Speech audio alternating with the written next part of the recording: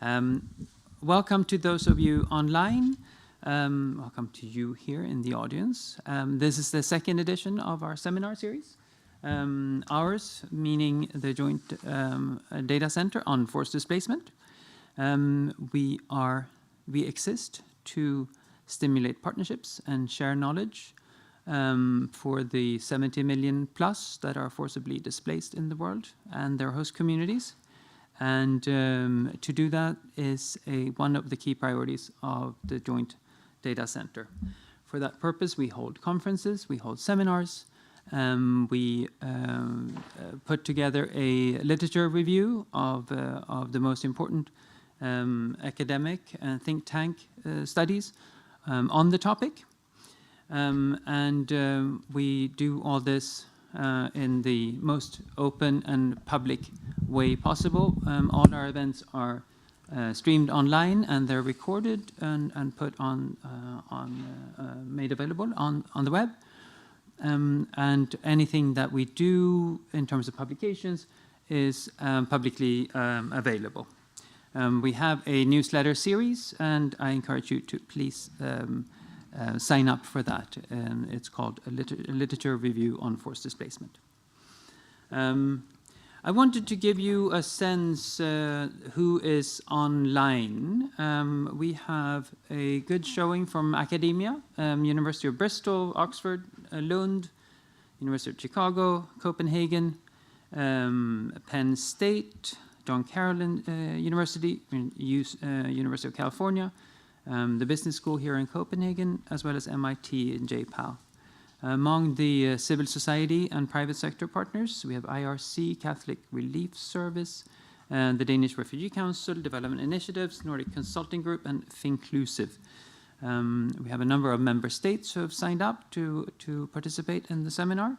And finally, we have several of our sister organizations, ILO, WHO, UNOPS, IFC, EIB, as well as, of course, UNHCR and the bank. So I'm going to introduce our speaker in a minute and let us get on with the substance. But let me just first say a couple of words on the series and how we intend to conduct today's seminar. All our conference and seminars, we're here to stimulate a discussion and to test new and innovative ideas in a safe space. For example, none of the 35 books and papers that were presented at the research conference in January were endorsed or necessarily embraced in terms of their recommendations by the JDC, UNHCR, or the World Bank. We're here to stimulate a discussion, offering a platform, and that's what we want to do. We want to do then, and that's what we want to do today. Today, we are really proud to host one of the most influential development, and as I learned this morning, the bank's officially first poverty economist. Martin Ravallion is a professor at Georgetown University and is among the most recognized development economists in the world. And according to Wikipedia, he's ranked among the top 10 development economists in the world. Martin has played a key role through his work on household surveys and development of related analytical tools in the very definition of poverty lines against which are monitor progress against global poverty since 1990. He's the architect of the dollar a day, I also learned this morning that he has designed the SDG 1 goal. And just taking 1 minute on specifically on that, the SDG 1, as well as all the other SDG goals, are not disaggregated by migratory status, i.e., we don't know what, or they don't capture the poverty levels among those forcibly displaced. And it's even worse in the case of refugees and IDPs. We don't have, they're not even counted in many cases, or they're not captured in statistics. If we don't have them captured in statistics or in good data, how can we design good policy responses that allows us to even monitor progress on the SDGs? However, today Martin will present his work on international migration and a policy idea addressing labor market inefficiencies. affecting refugees and forcibly displaced in probably a more acute way, the lack of a right to work. And just one word on the paper to preempt the coming discussion. It's a good example of how data can be used to provide insight on the potential impacts of a policy.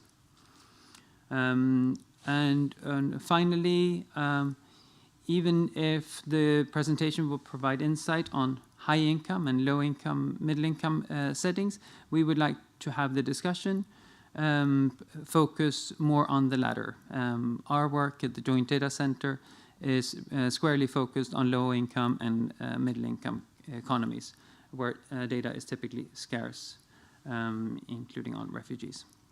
The way that we're going to conduct the seminar is that Martin will present the paper, and we will then have Arthur Lagrange moderate the discussion, and we will then open up as soon as we can the floor for a Q&A, so that we can hear the voices both from the floor here and from you online. You can either submit your questions, I think, in writing, or you can simply raise your hand electronically, and we will register and give you the floor.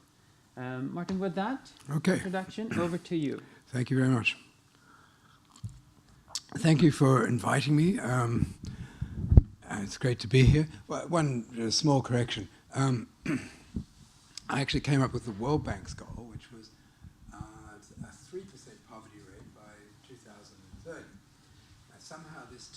Somehow this turned into the World Bank goal was 3% by 2030. Somehow this turned into eradicating poverty by 2030 in SDG 1. And if any of you are around tomorrow at the University of Copenhagen, I'm going to explain there's a big difference between 3% and 0. But otherwise, thank you for the generous introduction. Okay, this is joint work with Michael Lockshin at the World Bank. I emphasize that it's not, we put these standard provisos, that these are the views of the authors, they're not the views of the World Bank, and certainly not the views of Georgetown University, which has no particular views on this topic, I'm sure. It came out of, Misha and I, I've known Misha since he's in graduate school, but I brought him to the bank years ago. We were catching up over lunch at DuPont Circle, near DuPont Circle, and thought to ourselves, well, what accounts for Donald Trump's base? Why are they so unhappy?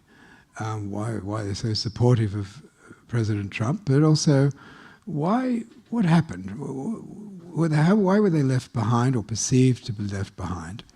We wanted to dig into that a bit further to try to understand the sources of the political resistance, the emerging anti-migration thinking that we're seeing in the United States and we're seeing in many countries, including in Europe. We're trying to get underneath it a bit and look at it from the perspective of the people who feel threatened by migrants. I think there's a whole research agenda here, which this centre could contribute to, in understanding the perceptions of migrants on the part of host country citizens. When you look at the numbers that are around, Michael Clements at the Centre for Global Development has done some excellent work on this, and he summarizes it with this phrase, trillion-dollar bills on the sidewalk.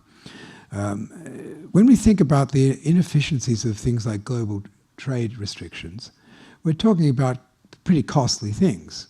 Global trade restrictions account for probably a few percent of global GDP. But nonetheless, if we think instead about the restrictions on international migration, we're talking about a vastly larger sum of money, somewhere between 50 and 150% of global GDP. Restrictions on international migration are a huge cost to the global economy. They're not going to go away anytime soon, but what can we do about it? Magnitudes are very impressive. Again, this is a paper by Clements and others, suggesting that the cost of the restrictions on migration in the United States for relatively low-skilled workers work out on average globally about $20,000 per worker per year. You add that up, it really is trillion-dollar bills on the sidewalk, and that's just the restrictions into the US. A recent paper by Mubarak and colleagues looking at a lottery in Bangladesh, which I'll come back to, where the lottery provided work permits to Malaysia, and that lottery suggested that following up after 5 years, the people who got lucky enough to win in this lottery to work in Malaysia were gaining 200% of income, doubling their household income.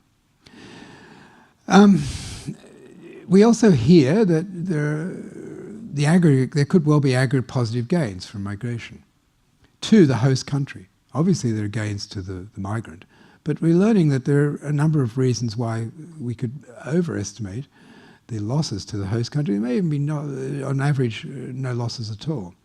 But that kind of misses the point. Just like trade, there are winners and losers. There are people, Midwest of the United States, elsewhere, there are people who really feel they've lost out from globalization. They have been left behind, either absolutely or relatively. This is also fed into xenophobic, racist attitudes. How much they're independent or how much they're generated by economic insecurity, is an open question. But it remains that we've got a situation where there's a lot of resistance. So how can we make migrants and refugees more popular in host countries? That's our question. We're just putting something on the table. We think economists need to be more creative about solutions to this huge problem. These trillion-dollar bills lying on the sidewalk, we need to start picking them up because the gains to the global economy and the gains to poor people in the world could be huge.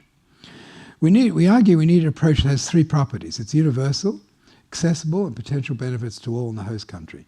You're going to see that my focus is going to be very much from the host country because that's the political economy problem. How do we make migrants more popular and refugees more popular in host countries? We argue that any significant action on this front is going to have to be universal in host countries, something that benefits everybody. It's got to be self-targeted. Can't benefit everybody equally. It's going to hard to do that in a feasible way. But we'd like to channel some of those trillion-dollar bills towards relatively poor people in host countries. We think on moral grounds that's a reasonable starting point. It's also got to be affordable. Preferably even self-financing. So that's a tall order. How can it be done? Well, that's the topic today. What I'm going to do, I'm going to first talk about why the trillion-dollar bills are on the sidewalk, which is sort of obvious, but just worth spelling out. Then I'm going to suggest that really this is a problem of a missing market. And I'm going to talk about how you can create that market. So economists love it when they find a missing market. And here we've got a really big one. But to my surprise, we appear to have found this missing market. And nobody seems to have talked about it. Well, there are variations, but talked about it before. So we're going to talk about how we create the market, how this proposal could work in theory, how it could work in practice. And I'm going to give you some examples, quite a reasonably well worked out example between the US and Mexico. We chose that because, for obvious reasons, I guess. It's the headline issue today, certainly in America, but elsewhere, and a lot of attention. Also, less worked out, but some suggestive thoughts about how to do it in a country like Malaysia. Malaysia is interesting as a large importer of labour, and it will continue to be a large importer of labour. And I'm going to say something about application to the problem of refugees and Syrian refugees in Turkey in particular, before I conclude. All right, why do we have this? Well, it's kind of obvious. Free mobility is not a political equilibrium because host countries can restrict entry. They do that to their own benefit, of course. They're not going to internalize the benefits to somebody in some other country. The United States has all the power it needs to implement restrictions on migration. The political economy is going to generate global inequality, and it's going to reduce global output, clearly. There are huge wage gaps due to these migration restrictions. They're inequitable and inefficient. I love this calculation that Lant Pritchett reports, based drawing on that work with Clemens and others. As a development economist, I spent 25 years in the World Bank. We're doing development projects all over the place. Those development projects, according to Lant Pritchett and co., you look at the benefits from those projects, we're talking about the best you can do would be benefits of $344 per year. The worst you can do from eliminating restrictions on migration would be benefits of $13,000 per person per year. So what we're talking about here completely dwarfs development assistance. This is vastly bigger. If we can really do something with this, the potential is enormous. But of course we've got opposition. All over the world there's opposition to removing restrictions on migration. The losers, the perceived losers, and I emphasize perceived, sometimes it's not, the perception is deceptive, sometimes not. We're also seeing this emerging cultural backlash against migrants and refugees in some quarters, and that's partly motivating the paper today. So what's this missing market? Why am I talking about a missing market? A key starting point for this whole paper and this proposal is the recognition that citizenship comes with the right to take a job. We'll call that the citizenship work permit. It's not made explicit, but it's there. As a citizen of any country, you can accept any job that's offered to you. Right? So you already have your work permit. It's a non-marketable entitlement, meaning under existing law, you can't sell it or rent it out. And that's what we're going to question today. What you've done through not allowing people to rent out their work permit, you've devalued, essentially, the main asset of poor and middle-income people in high-wage economies and possibly middle-wage economies. I estimate that a minimum of 90% of the wealth of poor and middle-class people in the United States is the value of that work permit that we don't talk about. They could rent that out and they could gain enormously. We don't allow people to always have freedoms. Sometimes we restrict people's freedoms for important ways. But why would we restrict their freedom to rent out their work permit, which they can rent back any time? On the other side of the market, we can imagine having people who would be willing to rent that work permit. There are two sides of it. We've got a large number of people. There have been past proposals that try to address the second problem, but they ignore the first. The past proposals, going back to Gary Becker, Chiswick, others, have been about things like selling visas or selling citizenship.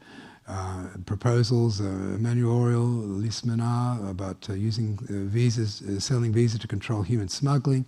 A lot of interesting ideas, but we argue that they're missing half of the story. They're missing this key aspect, the other side of this market. One side of the market is buying a work permit or renting a work permit. The other side is selling or leasing out a work permit. And there are two sides. When you have got two sides of a market that's missing, you've got a potentially large welfare gain from creating that market. Some of the proposals, getting close to this idea, have involved individuals negotiating between themselves. So if you've got a job, you go and find somebody in a developing country and you swap it so that you may share the gains. Okay? That's going to involve very large transaction costs, which we think can be easily avoided with a more sophisticated version of this market, which I'm going to talk about. So how do we create the market? This is another way of answering the same question. How can we make migrants and refugees as welcome as tourists? You think about it, we don't have anything like the same hostility to tourists as we have to refugees and migrants, because tourists are bringing something in. That's what we want to do here. Okay, the essence of the idea is that we make legal changes to allow people to rent out their work permit if they so desire, for any period of their choosing, and they retain the option of renting it back at any time. This creates new work permits for foreigners. Foreigners get temporary work permits generated out of this. There's no matching of individuals to individuals. It's an anonymous market. You go onto a website, you say, I'd like to rent out my work permit for 3 months so I can do whatever, look after my sick grandmother, whatever it is you want to do with the 3 months. And somebody on the other side of the world goes onto the same market, same website, say, oh, look, well, I'm not 3 months, and maybe a year. In fact, it's quite plausible that the time distribution could be very different on the two sides. These two people never meet each other, they never need to. It's an anonymous market. On the supply side, we can think of many reasons why this could make a lot of sense. Many things you could do, I mentioned already. You want to look after your elderly grandmother, or we've got all kinds of issues now about care of elderly people in places like the United States. Family care, we know, is much more effective, but there are all kinds of other examples. Let me list a few of them. A young person, all over the world, relatively poor people, the kids of relatively poor families, don't get schooling, as much schooling as others. They have to leave school earlier. Well, here's a way of financing that. At the time you reach working age, you rent out your work permit for the 3 years you need to go to college. Many other possibilities, providing home care, as I mentioned. You may take a long vacation. You may use it to work in a different country, to retire early, or deal with a serious illness or disability, or cope with an unemployment shock, which is how we started thinking about this. You get an unemployment shock, deindustrialization in some relatively remote city. You need to leave, but you don't have any money. So use this to rent out your work permit for a period necessary to retrain, migrate, move. We would create so many new opportunities for adjustment in response to shocks of all kinds. I would give you two examples here. Michelle Ramirez, the single mother of two, is struggling to make ends meet on her receptionist salary as daycare medical costs rise. Another example, Dennis cares for his father, also raising his 8-year-old daughter. He's lost his job, and you could use this new facility to deal with that, to finance some period of care. On the legal interpretation, this would require legal change, there's no question. When we ask ourselves and think about it, why do we restrict this freedom? As I said, there can be many reasons why you would restrict freedom. It could be damaging. It could be you're protecting people. You need to tell people to wear safety helmets on motorbikes because otherwise they tend not to do it. All kinds of reasons why we don't necessarily give everybody the freedom they could have. But why would we restrict this freedom? We're not saying that you should be allowed to sell your citizenship rights. All your citizenship rights remain your own. Rather, you have the freedom to rent it out. Now, it's your property. Normally, when you have some property, you have the right to rent it out. But we don't allow that right. But why? And we can't come up with a good, decent answer. Important to distinguish the ownership right from the use right. We're not saying the ownership right should be marketable. No. We can see good reasons why a set of citizenship rights, including the right to work, should not be saleable. But again, it's the difference between the ownership right and the rental right, the use right. We also believe that you can design this thing, it's very clear that you can design this proposal to assure that anybody can rent back their use right. And we can even build in an insurance scheme. So you can rent it back at the same price you received, adjusting for the time period, obviously. And you just build the insurance premium into that. Another aspect of this wasn't in our original thinking, but emerged when we started to read the literature. A lot of discussion, including some influential work from the UN, pointing to the inequities associated with how refugees and migrants are treated in host countries between host country citizens and others.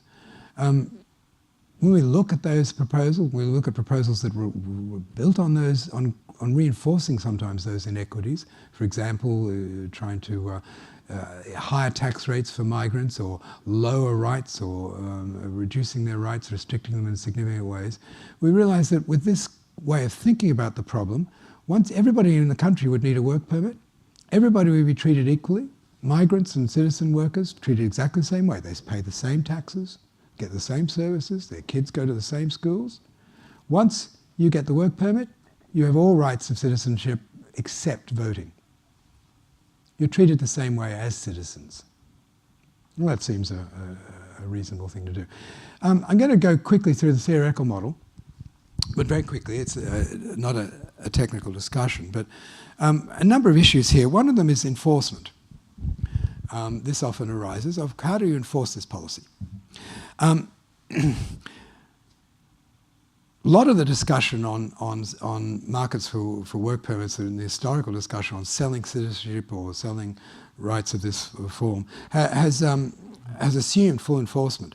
We don't need to make that assumption. In fact, under plausible conditions, it's extremely likely that this policy will reduce illegal migration. And under some conditions, which don't appear to be difficult to satisfy, under some conditions, this policy would eliminate illegal migration. The conditions are pretty, it's a little bit technical, but we imagine that every worker has every potential immigrant has an illegal entry option that has some upfront cost, which you have to pay. Yeah? There's some known probability that you'll get caught and be deported. The key thing is going to be, if P is the price of the work permit, C is the cost of illegal migration. As long as the probability of being deported is greater than 1 minus C over P, illegal migration will disappear under this policy. I'm not going to go through the technical reasons, but it's all about understanding this equation. The expected wage of the migrant, if the migrant takes the illegal option, well, if they take the illegal option, there's some probability of being deported, in which case they go back to the wage rate in the low-wage country. They still incur the cost, C, of illegal migration. Then there's this probability of not getting caught. Then they get the wage rate in the high-wage country. We assume that they get exploited too, because they're known to be illegal migrants, so there's some discount on their wage. And of course they still incur the upfront cost of illegal migration. For a migrant, taking the illegal route in the absence of a market for work permit requires that the wage gap exceeds this minimum value. On the other hand, for migrants will prefer instead to purchase a work permit if the price satisfies this condition, which is obvious now. We've got the wage rate in the high wage country less the price of the work permit. Again, that's the expression up here, is going to require that the wage gap exceeds this minimum value. And those are two intersecting sets, meaning that there's no way this doesn't reduce illegal migration. Plus, under this condition, nobody will take the illegal migration route. It'll vanish. Okay, let me start with a simple frictionless model, because it's so striking, the solution of this model.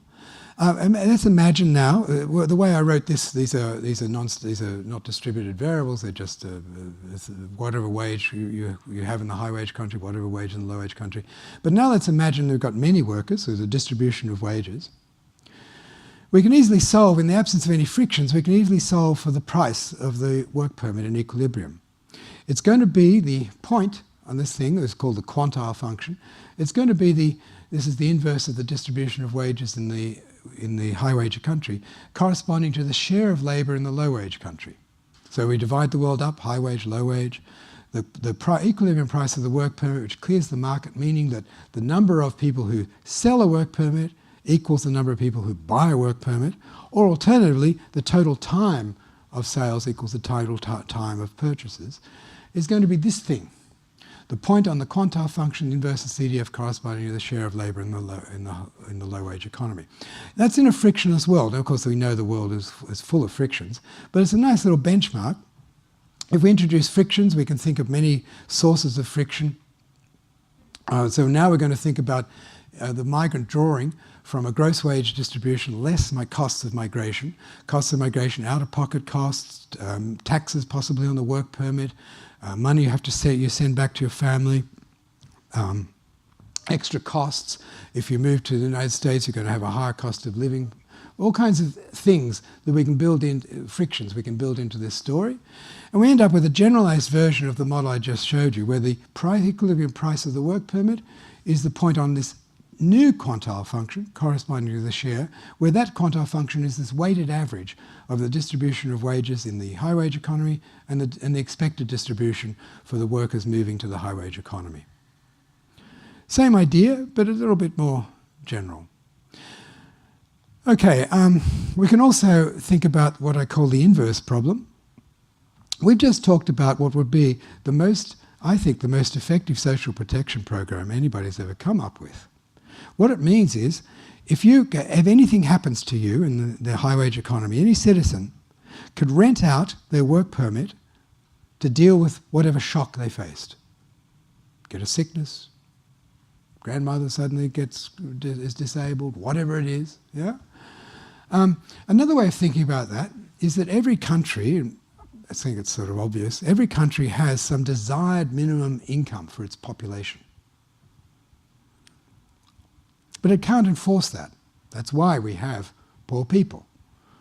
People get shocks. You would think there's a first best distribution of income in the country, and the lower bound of that is what we'd like to see everybody, nobody below. But we can't get to that first best. Well, here's a policy that'll get to it. We just find the tax rate on work permits to the rest of the world, the tax rate which will implement the desired minimum income in any country.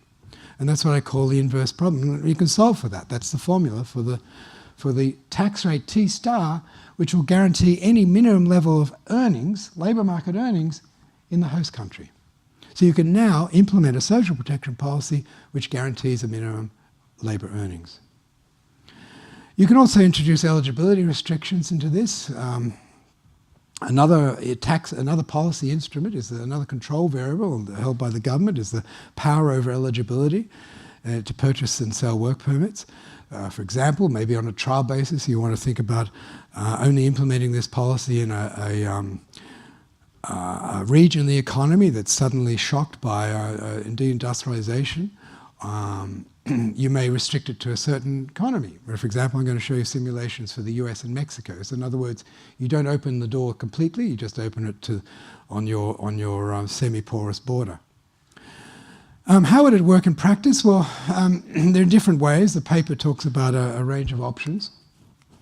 The one I like the most, Misha prefers my co-author prefers the eBay option. I'm more comfortable with this, but I'll give you both, but I'll pay more attention to my version.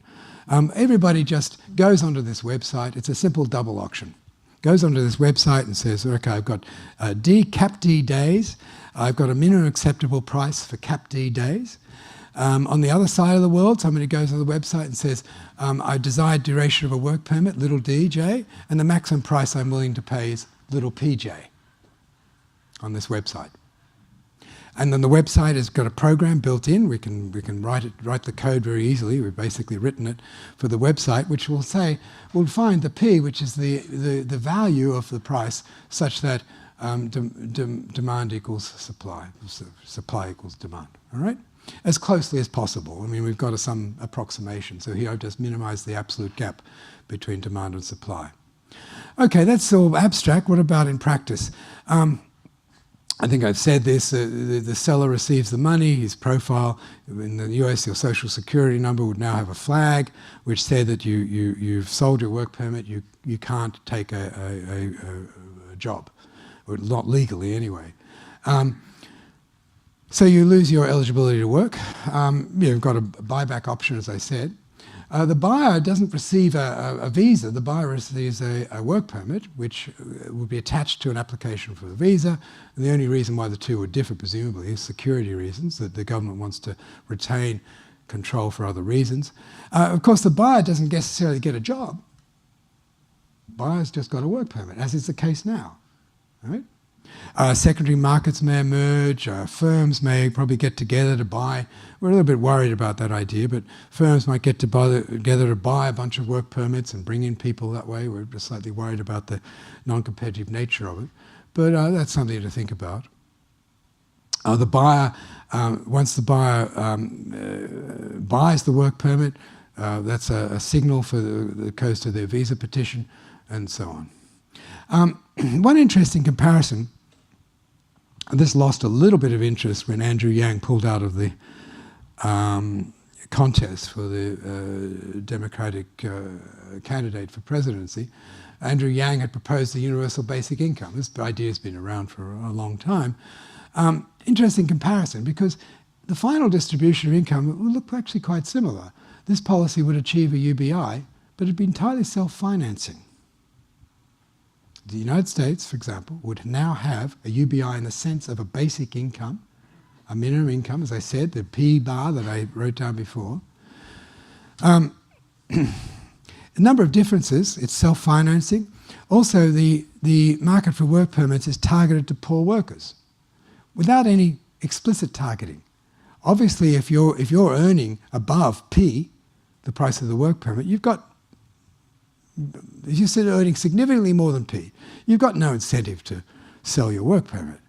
Only people below P, which is why it provides that social protection I talked about, why it guarantees a minimum level of earnings, will be interested in this policy. So immediately it's self-targeted.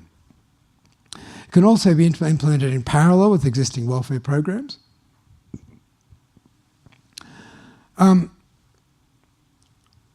Excuse me. It would guarantee a minimum income, as I've said, and it puts no pressure on the host country budget. Okay, let me just show you quickly some calculations for the United States and Mexico. We just wanted to give a little bit of an idea. We didn't know ourselves. We thought, well, what the hell? This sounds great in theory. So what we did is take the CPS for the United States, the Current Population Survey, 2018, and the corresponding survey for Mexico in 2018, and we started to do some obvious empirics. So what we do is we figure out what the earnings, or we try to estimate the earnings of every Mexican worker, if that worker could buy a work permit, move to the United States, but we need to know the earnings of that worker in the United States. So we run Minserian earnings regressions, which means we essentially model earnings in the United States, and we plug in the characteristics of each Mexican worker to figure out what their earnings would be in the United States, allowing for their characteristics, allowing for their education, their skills, occupation, age, everything else. All right? So we use that to figure out that distribution, the H distribution I showed you before. All right? We end up with a supply on the supply side. We've got US workers earning less than P, and they're going to enter this market. On the demand side, we've got a much more complicated thing. Now we've got the number of people in Mexico who'd be interested in, who'd be who'd want to take up this market. We've got to allow for the taxes on wages in the United States. So we just assume that they pay the same taxes as anybody else. We've got the remittance levy. They've got to send back a proportion of their wages in the United States to their back home, keep the house working, all of that stuff. We've got a tax on the work permit. We've got a direct cost of moving. We've got extra cost of living in the United States. And we've got their foregone income in Mexico. I think that's pretty much everything we'd need to consider. So we can solve all of that. We can make different assumptions on the parameter values. We find the equilibrium price that equates to the supply and demand. Here's an example. This is based on the data. I've given you one supply function, a couple of different demand functions in the United States. We're talking about it somewhere between 18 and 36 million workers participating in this scheme, unconstrained. The benefits would be, well, here's one typical case. The paper gives a range of calculations. We've got here for a 10% tax on the work permit. We've got an extra cost of living differential of 10%, the remittance levy 20%. Those are the key parameters that we don't know. Everything else we calibrate to the data. The equilibrium price of the work permit would be about $20,000. The gain to the US economy would be about 6% of GDP.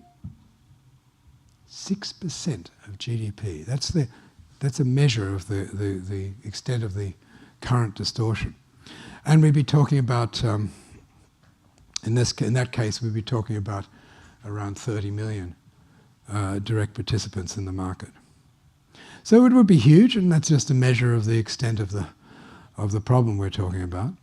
It would reduce poverty in the United States, probably from around 13% to 10%. Now, of course, it's not going to eliminate poverty in the United States because many poor people don't have labour market earnings. It eliminates earnings poverty in the United States, but doesn't eliminate all poverty. That's the simulations to the US, and as I say, we've made some progress there, and we'd like to fine-tune this a bit further to get a clearer vision of some of these parameters. We've given you a range of estimates, and you can hear about it more read about it more in the paper. Okay, Malaysia. Malaysia is an interesting example, very different in many respects. Now we're talking about Malaysia as the high-wage economy, and the migration is coming from Indonesia or the Philippines, primarily, some coming from Bangladesh, as I mentioned. And some from Nepal, a sprinkle of other countries. And Malaysia is a big attractor of migrants. It's also large numbers of illegal migrants, numbers of refugees, although Malaysia doesn't recognize the category of refugees. We're talking about a huge uncertainty. The numbers are amazing. This is the range of estimates I've seen of the number of migrants in Malaysia, from 2 to 5 million. 2 to 5 million. That's how much uncertainty there is about this. And illegal, probably more than half, but we don't know. So large numbers. This is a country of 32 million people. Large numbers of illegal migrants. The uncertainty in the counts is huge. When I say undocumented migrants, I mean migrants without any legal status. That also includes stateless people, large numbers there, but again, when I say large, the huge uncertainty about how large. We've also got a very lucrative migration industry.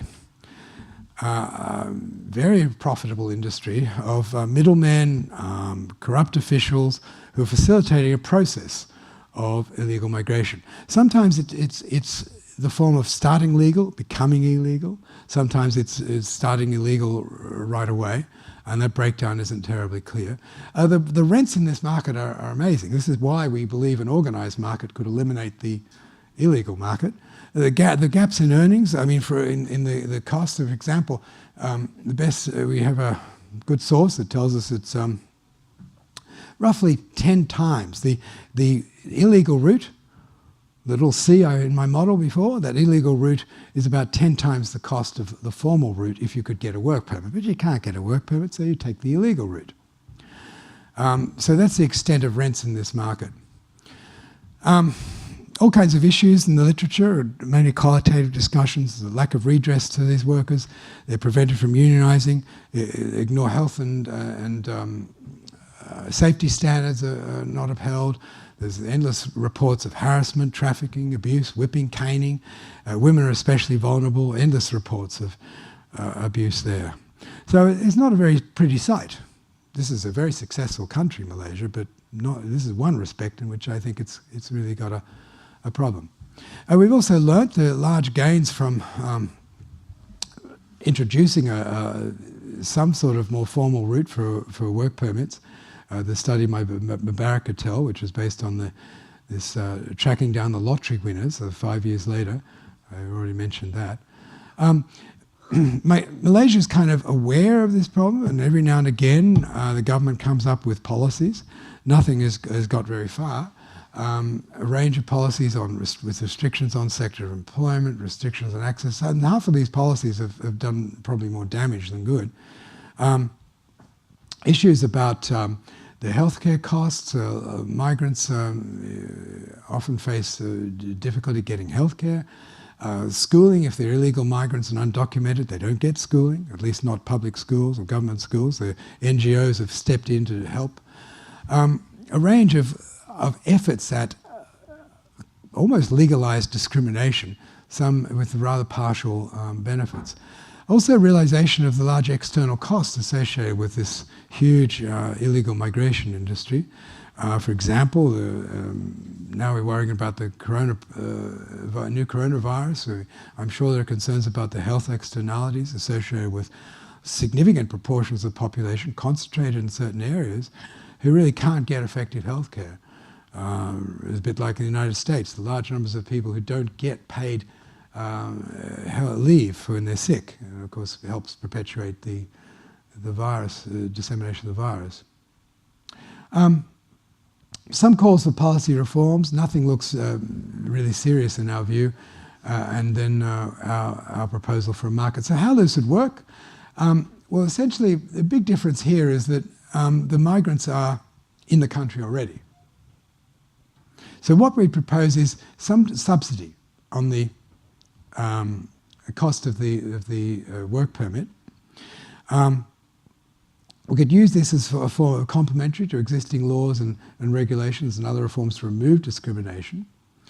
Malaysian citizen workers would be allowed to rent out their right to work, just as I talked about already. Some adaptation. So one of the things about a country like Malaysia is it's got a manpower policy. It's got a plan of how much labour it needs across sectors of the economy. I'm not quite sure how it comes up with this plan, but it does. So we can think of a manpower policy which has a certain demand for work by skill composition. So we can modify the policy in a very simple way by differentiating the tax rate here on the work permit according to the sector you're in, sector I. So if you've got a certain number of people in sector I, you just find that the tax rate given a common price of the work permit, which solves this equation. That's not too difficult. Another thing you can do is, in a country like Malaysia, you're going to have sustained increase in labour inflow for some period. How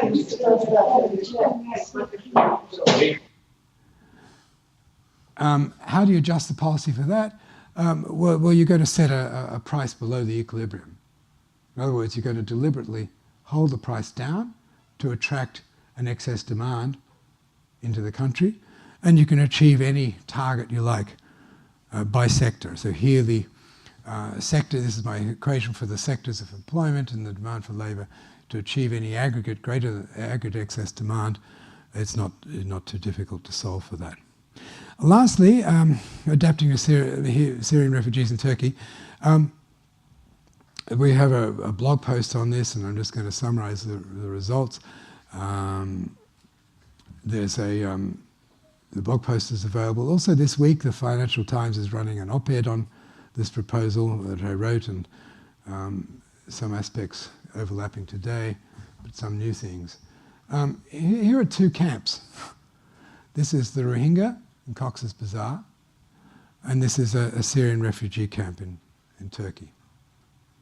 One of the striking things here is that Turkish government, a very different quality of life in these camps, by the way, but Turkish government is spending a lot of money on this. My colleague estimated 40 billion. That's a lot. Worldwide, these are estimates I think come from UNHCR, 30 million refugees worldwide, but in countries like Turkey and Bangladesh, they don't of course give them work permits. Under OECD, in all OECD countries you have a legal right to work, but in non-OECD countries this is not the case. So we have a kind of macabre situation where the Turkish government is spending some 40 billion a year looking after Syrian refugees. There are 3.7 million of them, is the latest count I have, 2.2 million working age, spending a large sum of money looking after these people, but not giving them work permits. Only 1.5% of the working age Syrian refugees, I'm told, have received work permits. Well, that's a rather silly situation. Why not give Syrian refugees the option of taking a less of a handout from the government? Instead you get a proper work permit. Allows you to work in Turkey. And you just juggle the numbers to make that sensible. At the same time, Turkish workers would have the option of selling their work permit. You could design the thing to balance, adapting the policy to this situation. Any refugee who wants a work permit would simply purchase one. Again, this can be subsidized. Having brought the work permit and found a job, the assistance that the refugee currently receives from the government would be cut. And they'd know this. I mean, they're making a choice. You can stay on welfare or handouts, or you can get a work permit and work. We think, we're not confident, we think many Syrian refugees would take this option. There will be gains to the Turkish economy, significant gains, we believe, you'd be turning it on its head. Instead of a net liability to the Turkish economy, we could actually have a net gain. Okay, conclusions on this. Implications for the high-wage economy. Low ability, workers with low motivation were replaced by high ability, motivated workers. You'd be the low-wage segment of the high-wage economy would be dramatically changed. There'd be an implication for wages in at the lower end. You'd have a substantial reduction in inequality and poverty in the high-wage economy. The workers coming in would be relatively better off than the workers going out. The workers coming in, you'd be attracting relatively skilled workers from low-wage economies. There could be concerns there. I haven't come to the low-wage economies, but let me finish here. I'm going to settle this. Oh, and you've introduced a new social protection instrument. For low-wage economies, of course, there are first-order welfare gains. Don't forget this. We've got a first-order welfare gain to the people who couldn't get a work permit before, who can now get a work permit. And that gain is huge, right? That gain is going to be somewhere, we believe, centered somewhere in the middle of the skill distribution in the low-wage economies. It's not going to be the poorest. This is not a problem for solving the problem of poverty in low-wage economies. Remittances would increase. A substantial increase in remittances would be implied. There would also be a large increase in returns to education in low-wage economies, because now you've just dramatically increased the returns to education. Large reduction in the pressure on educated unemployed. We think this policy would greatly reduce the number of what we see in every developing country I know, where you've got large numbers of relatively young people who are not taking jobs, unemployed. They're quite skilled, they've finished university, but they're waiting, they're queuing, trying to get a formal sector job or trying to get a work permit.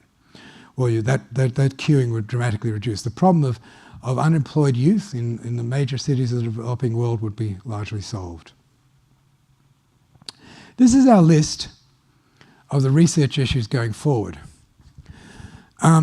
We need more evidence on the frictions to migration. We've parameterized this in a wide range of values, and I showed you that the big differences in some of the estimates. More work is needed there. We need a more complete general equilibrium model of the impact of the proposal. We're starting to think about how to do that. We also think it's important to better understand the attitudes of native population to our proposal, and more generally to better understand the attitudes of native population to migrants. And we think there's scope for some research there. It's not that, in some sense, our policy doesn't depend on why there's resistance to migration in high-wage economies. If this is all driven by racism, still the policy will work. I think that would be very sad. But if it's also driven by economic insecurity, then there'd be even greater benefits from the policy. Some people have argued that is in fact the case. A lot of the xenophobic attitudes and racism is coming from economic insecurity in high-wage economies, and we'd greatly reduce that economic insecurity with this policy. We also think there's scope for better understanding the cost of illegality and measuring the economic gains from documentation. I think this is something relatively straightforward. It's going to depend heavily on the quality of data, because you're going to need observational controls. In other words, you're going to try and figure out how much is a country like Malaysia losing because it's not giving work permits to the illegal migrants, or in Turkey with Syrian migrants. Just how much is that economic cost? And that would, I think, greatly better inform discussions of the existing restrictions. It would be very nice to have a randomized control trial on access to work permits, undocumented migrants and refugees, to see what happens when we randomly assign maybe the prices and the assignment of access, to see what happens. And we'd also like to see a pilot, marketing for the idea with both refugees and citizens. Okay, thank you for your attention.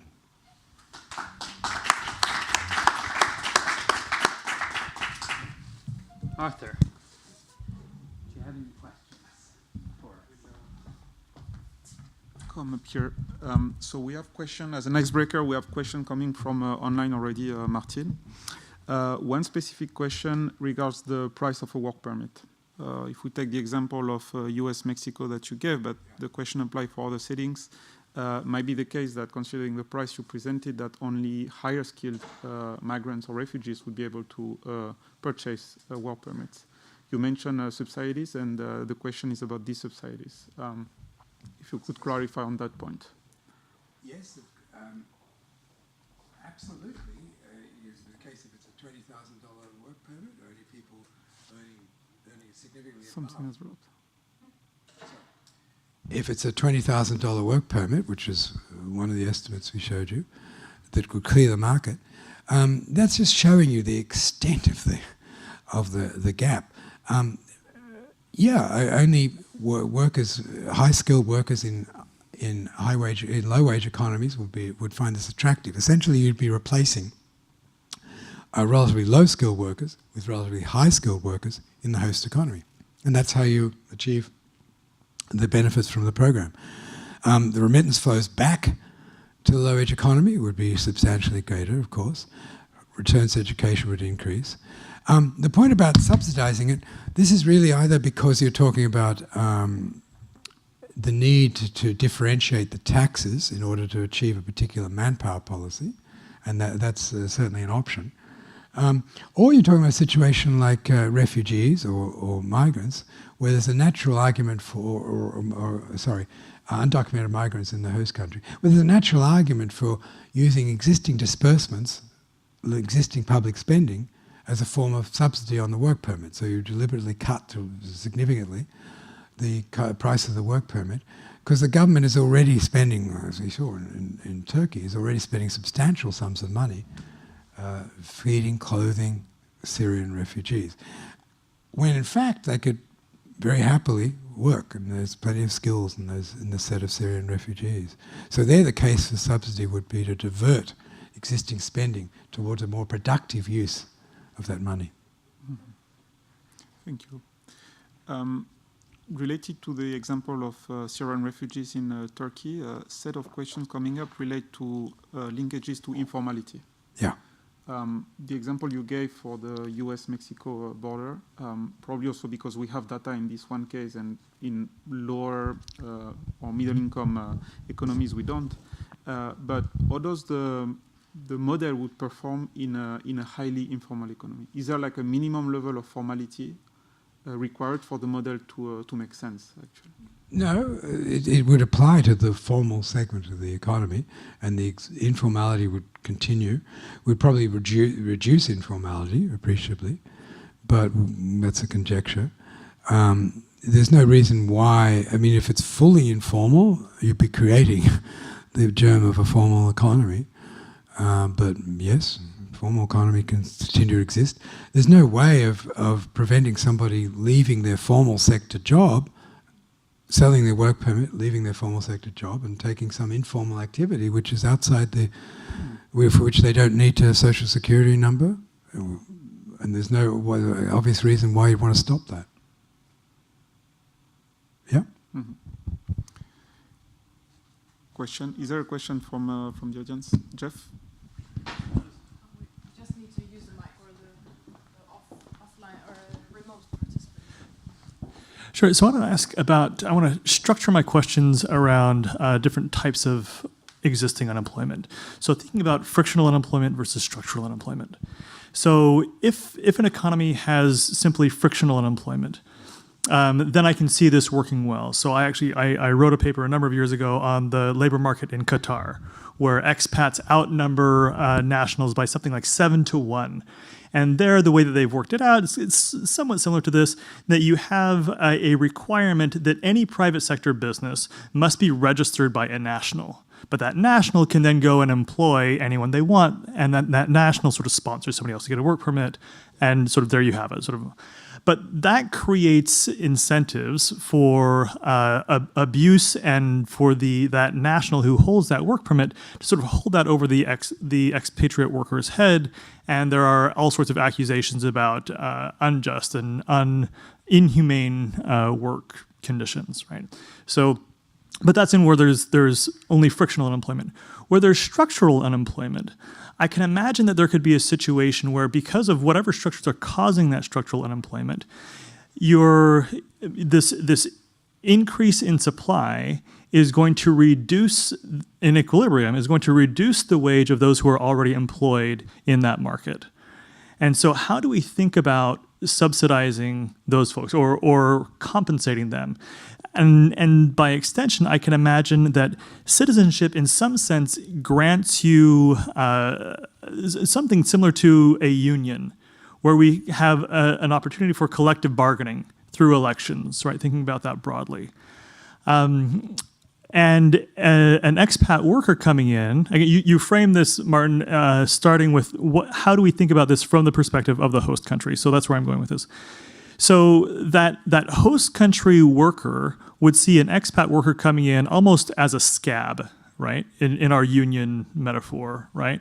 Where a scab is someone who is not part of the union, who comes in and takes a union job at a lower wage, right? So they're dropping the wage, and scabs have this is a very pejorative name, and so we can see how the political economy of this would sort of be self-reinforcing, in that if there is skepticism or racism or other things towards these expatriate workers, it seems that this could actually perpetuate that kind of negative feeling and influences as people in a sector see their own wages undercut. A couple of things to clarify here.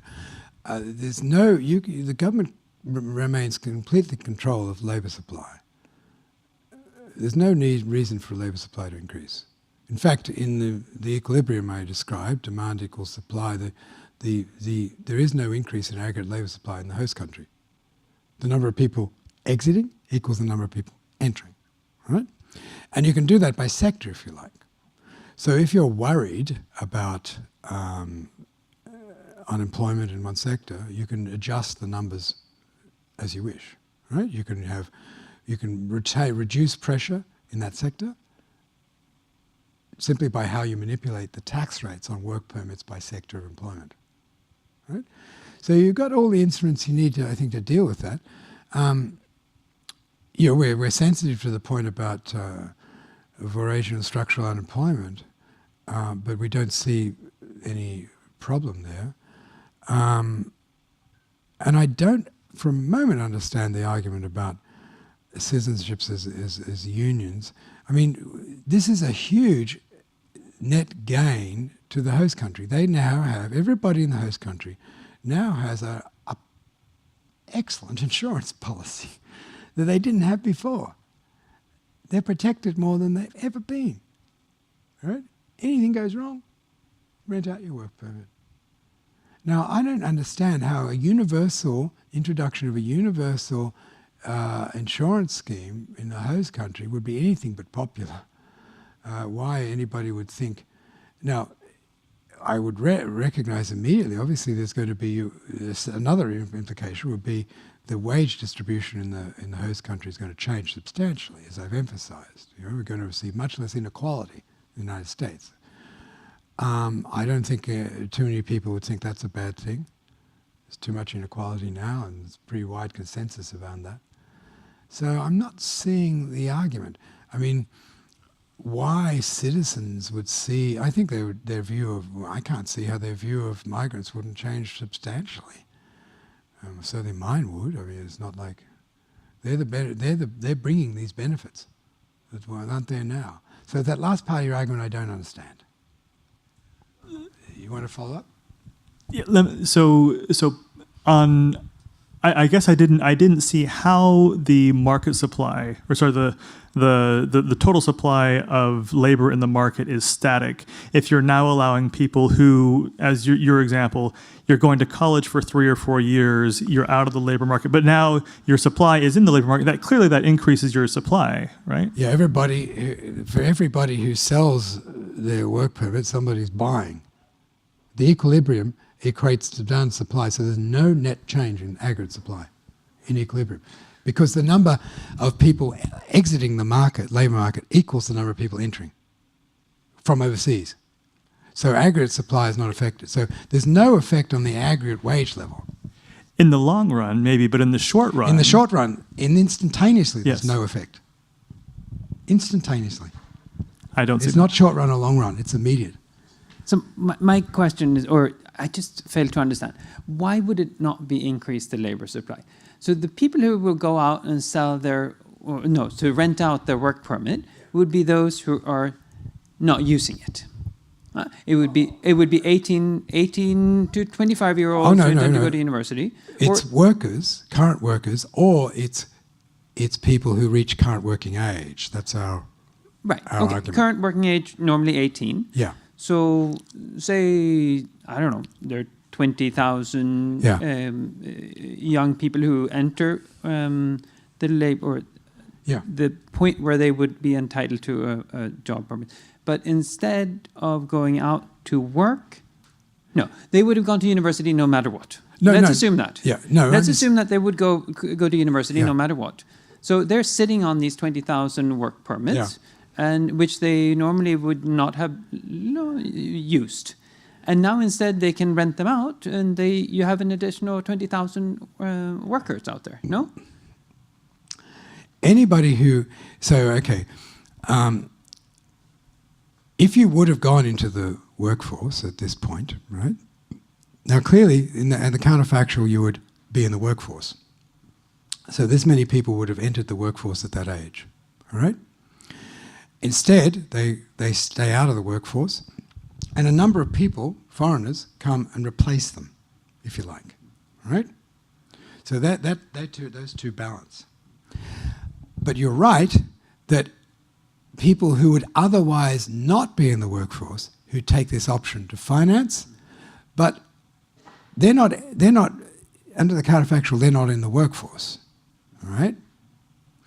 So the way the policy would work is the total, as I said, the total number of people could balance, but that's assuming everybody's taking 1 year option in and out.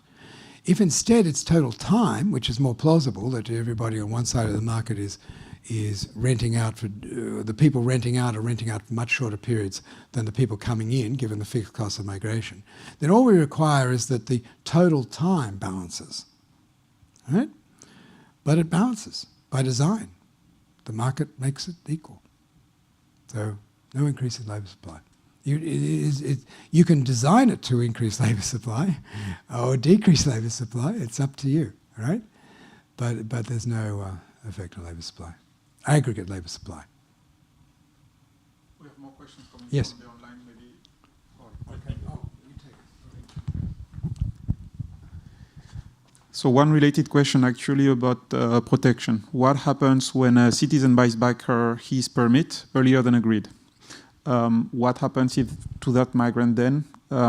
What happens to the... No, there's no one-to-one matching. Mm-hmm. So it's not like one particular citizen is matched to a migrant, and if that citizen decides to go back to work, that migrant's out on a limb. No. It balances, it's anonymous. Once you enter once you enter the website, you have no idea who, if you're on a foreigner buying a work permit, you have no idea whose work that was, right? It's anonymous. Mm-hmm. So that doesn't happen. Now, of course, the market doesn't clear instantaneously every second, right? So you could have some averaging period, right? That's a design feature which markets we often incorporate in auction-based markets. But that's not an issue. Related to protection, one question raised is about family reunification and whether in the simulation that you presented you allow for this pattern. No, we don't. We assume that it's a temporary migration, and typically with temporary migration, only one worker moves and you don't bring the whole family. If you get the route to citizenship remains in the country, and if you become a citizen, or you get a longer period, or you can bring your family, we're completely agnostic on that. Okay. Yeah, and we haven't thought it. Yeah, I haven't thought about that. I leave that. I would think there's a whole set of design issues around this policy, which are essentially the same sets of questions that governments now face. You know, road to citizenship, the role of the family, the entitlement.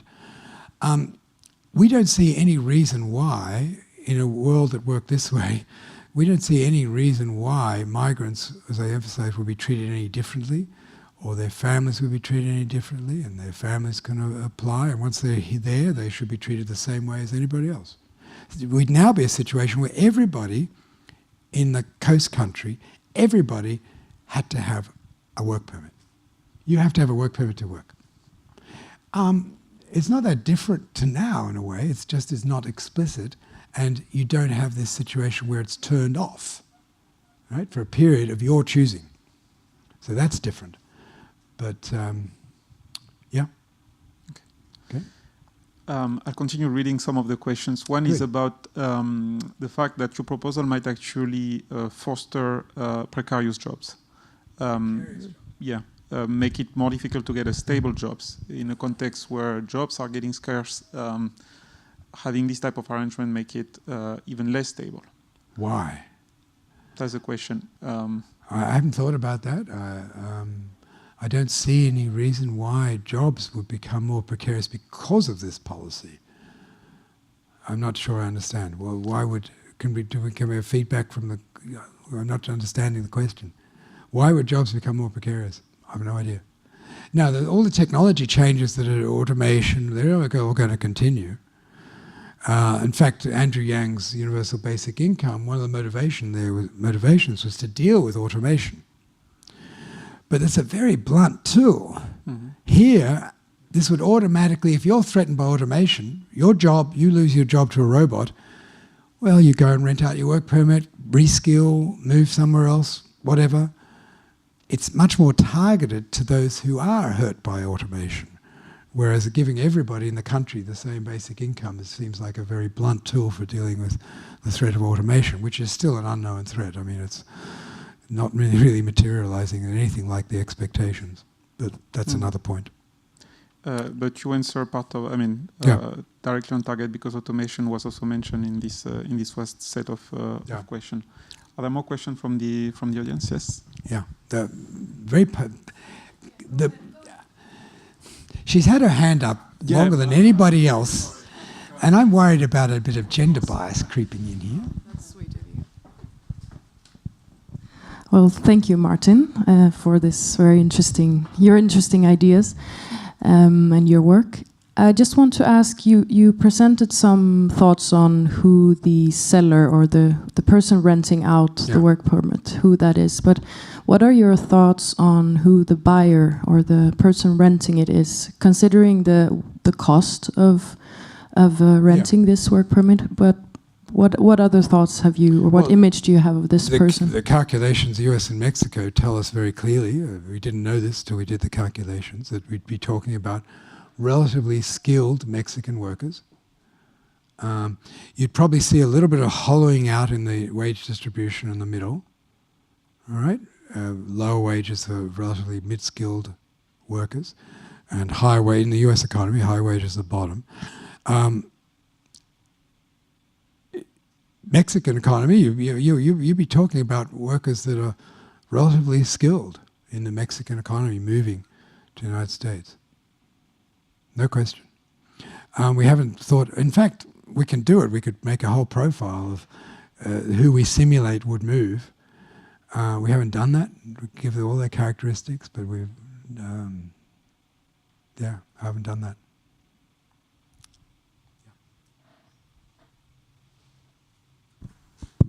Good evening, thanks for your talk. I'm Filippo Dionigi from the University of Bristol. I should say I'm an IR theorist working on Middle Eastern politics, so I look at things from a particular angle. Kind of theorist? IR, international relations theorist. Oh, okay. Right. So my question is, reflecting again on Middle Eastern society and politics in particular, I don't quite understand how this idea is different from something that already exists in the region and is very popular, which is so-called the kafala system, the sponsorship system. Especially now that you have explained that this is not quite the gig economy of work permits, but is in fact a centralized system that then resells work permits globally. So it's not a one-to-one matching system as far as I can see. It's more aggregate system, as you say, right? So there is something very popular in the Middle East, which is the sponsorship system, in which basically agents sell work permits in certain countries. The Philippines, you were mentioning the case of Qatar a few minutes ago. Yeah, I see. They're very popular in rentier states, not by a coincidence, where they have a large amount of money to spend, and it imports a lot of labor from abroad. And there is no need to emphasize how many issues that system has raised in terms of work rights and so on and so forth. I know. Second point, if I may, briefly, you referred to the case of Turkey. One of the main problems for Syrian employments in Turkey is not only related to the question of work permits, but to the fact that, quite simply, to expect to substitute a pre-existing workforce with a workforce that is injected over the local population that easily is somewhat wishful thinking. Is that the main problem with Syrians in Turkey is that they don't speak Turkish. You can't hire a Syrian doctor in a Turkish hospital because it doesn't speak Turkish. And when I see your model and I expect this model being applied globally and someone basically betting on, say, a job in somewhere in the United Kingdom or in Denmark, where they do need doctors, by the way, but have troubles finding doctors abroad that speak Danish, for example. So that kind of substitutability of the good, in a sense, doesn't flow quite easily as it seems is depicted in your paper. Fair enough on the second point. If the Syrian worker can't get a job, they're not going to have any demand for the work permit, and the whole thing disappears. And I'm not questioning that. I'm just saying there will be Syrian refugees who would like to get a work permit. We know that to be the case. From the surveys that I understand, that there's plenty of demand for work permits. And a lot of the Syrian refugees who can't get work permits are doing illegal work. They're being exploited. So there's a clear... It doesn't mean that all the Syrian workers want work permits. It doesn't mean that all could get jobs, of course. There could be language problems. But, of course, Syrian refugees also need doctors who can speak the language. So I have no quarrel with the second point. On the first point, as I understand, I could be wrong with the sponsorship system. I know what you mean, but that's only got one side of the market. There have been plenty of examples where there's the one side of the market works, but it hasn't got the other side. And that's our point. The other side of the market is the people who rent out their work permit. Some people buy a work permit, But now we have a market, two sides of this market. Some people sell a work permit and some people buy a work permit, and the two roughly balance. In terms of number of work permits, if everybody's taking the same length of work, it exactly balances. That's the difference. This is actually a market for work permits. This is not the government sponsoring people to get work permits, selling work permits. There are citizens, you can buy a passport to the various countries in the world where there's a whole market. I gave you the prices in one of those slides where you can just buy your passport. But in the permits, it amounts to this, the permits amount to the same thing when in this way, because the sponsor is capturing the wage wedge, right? The sponsor is the person in the host country, right? Right. Who's right. So in Qatar, and I don't, or my colleague here can speak to other places, but in Qatar at least, any private sector firm must be registered in the name of a Qatari citizen. That Qatari citizen then employs a host of expat labor. Right? Yes. They pay them substantially reduced wages, and because it's a private sector firm, they're gaining all the profits from that. Yeah. So they're capturing all the wage income that would have accrued. So it is two sides of the market. No, it isn't, because the difference would be citizens in Qatar would be renting out their work permit. All you're talking about is the sale of, this goes on all over the world, work permits with prices. In Malaysia, work permits have prices. Everywhere there's prices. They differ in some places and others. That's not what we're saying. I'm saying, as well as that, you combine that with Malaysians, for example, renting out their work permit. And that's how you achieve the balance. Right? It becomes self-financing, no effect on aggregate labour supply. In equals out. So it's quite different. I just repeat myself, but yeah. A question from the online audience. International human rights law provides that refugees should have the right to work. Why then should we opt for an option like the one you're suggesting instead of seeking to advocate for states to provide refugees what they are entitled to? I mean, if you can do that, fine, but it's not happened. And OECD countries, apparently the OECD countries, refugees are supposed to have a right to work, but okay. A lot of the refugees are not in OECD countries as well. And there's no legal obligation, let alone a legal obligation that could be flaunted. So, great, if you can do it, but we clearly can't do it. Similarly, there's another comment you could say, well, why not just remove restrictions on migration? Fantastic. If you did that, this market would vanish immediately. There's no scope for this market if there are restrictions on migration. All this is a way of trying to deal with the fact that we can't get rid of restrictions on migration. In fact, we're moving in the opposite direction. Restrictions on migration are increasing, not decreasing. Thank you, Martin. We are running out of time. Maybe one final question to conclude somehow.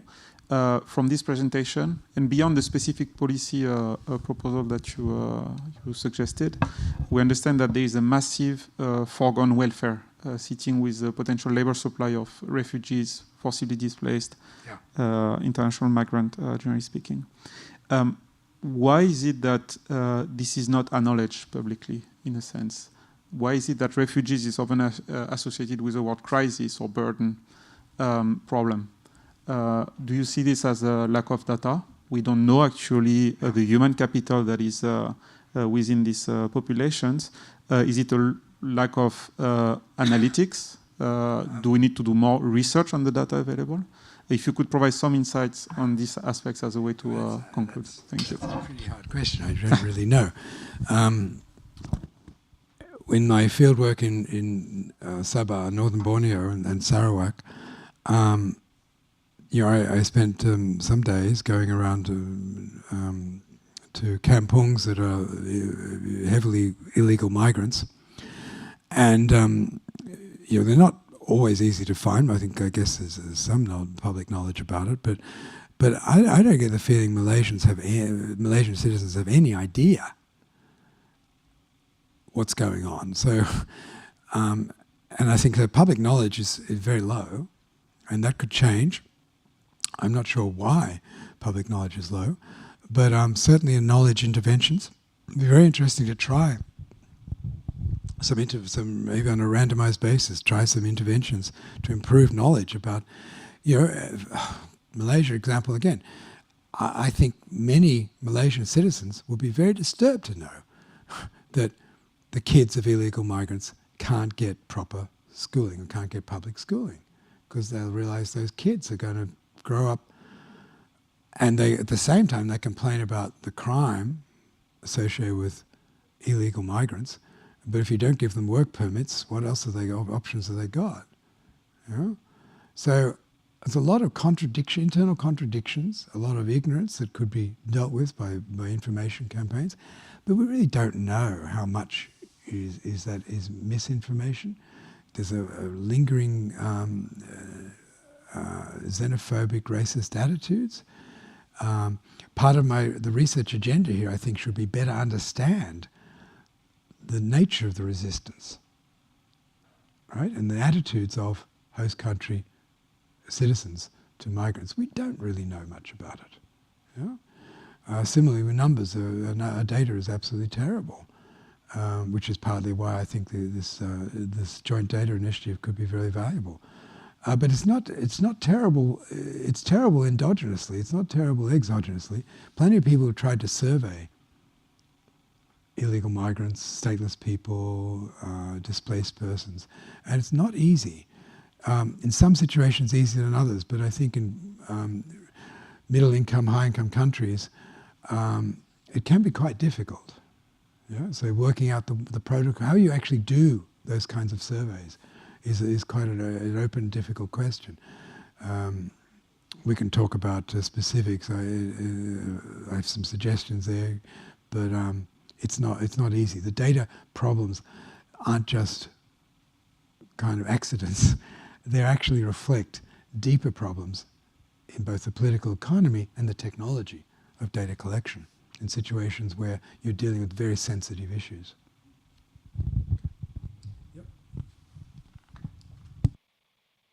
Thank you, Martin.